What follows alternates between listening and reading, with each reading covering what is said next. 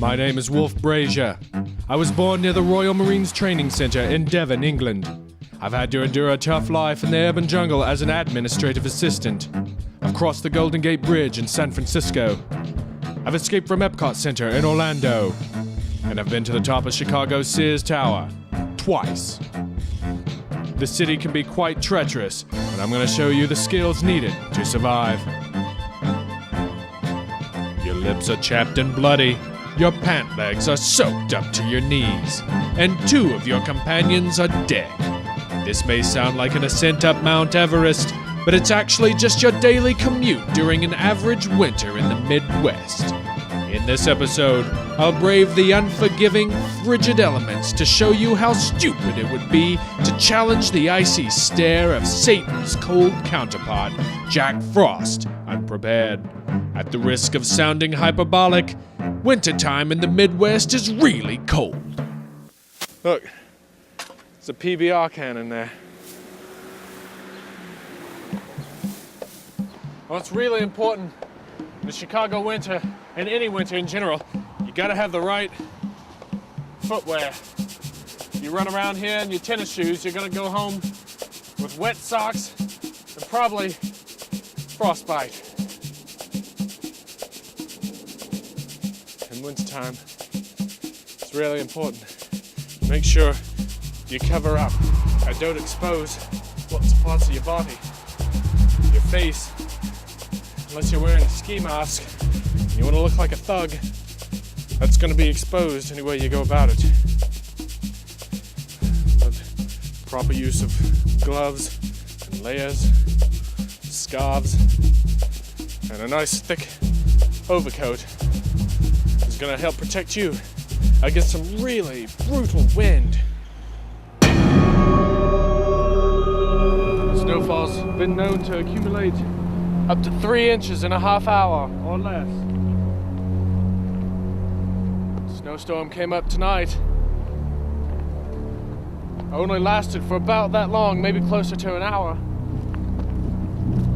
And you can see what it dumped on the city right now. When you're out on a cold and windy night, one of your best bets is to get to one of these little bus shelters. Now, it's not much, but it's definitely going to be a welcome respite from some of the wind and the harsh environment around you.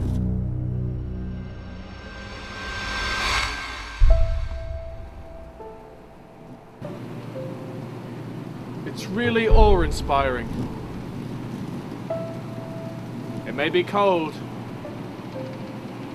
but views like this really warm the heart.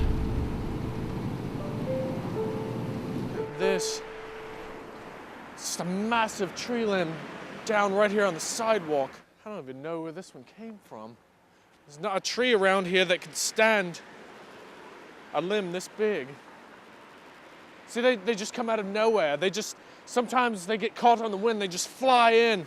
You can't even expect it.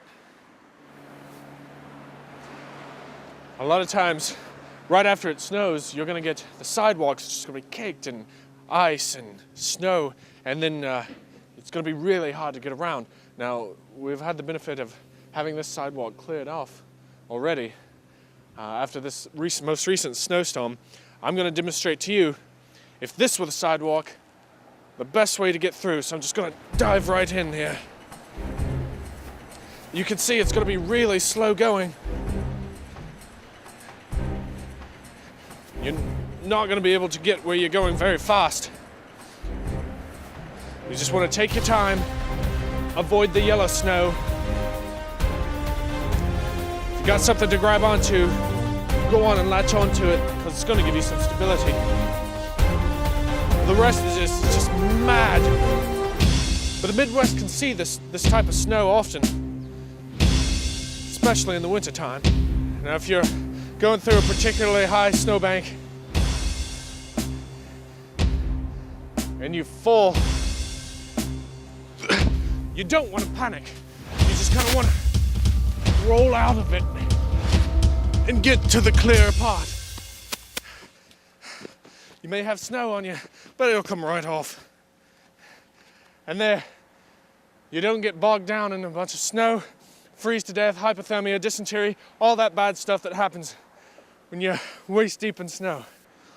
One thing you're gonna have to be careful of, if you see these little pools, the puddles on the side of the street that are completely frozen over. They may look frozen over, chances are they're not. So that means if you step on them, it's gonna go straight through to the bottom. It's gonna soak up your shoes and part of the bottom of your knickers. This one, I'm gonna test it out. This one's frozen all the way through, so it's okay to stand on. But most of them are gonna be frozen only on the top. Look at that. You can see how far down it goes. It's like a pea iceberg. Last thing you want to do when you're out in the midst of wintertime in Chicago is go for a nice. Oh, it's cold! Oh, it went up my jacket.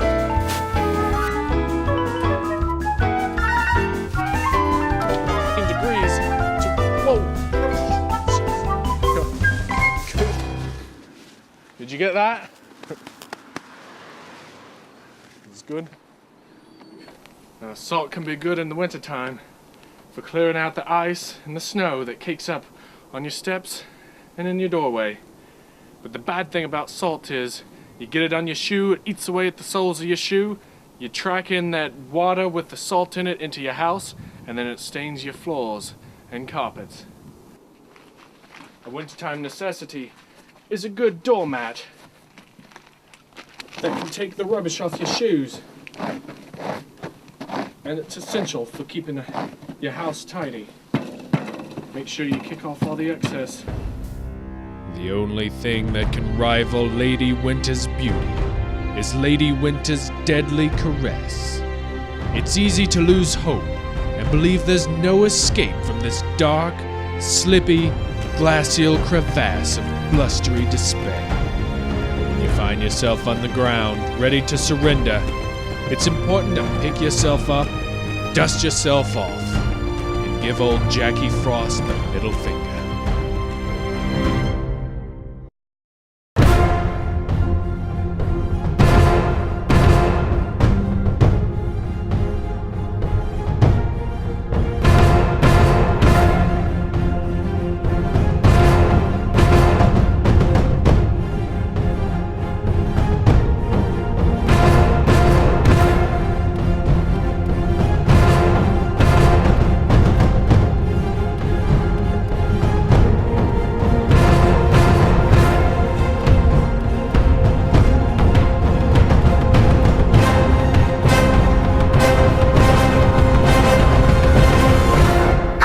Really awe-inspiring.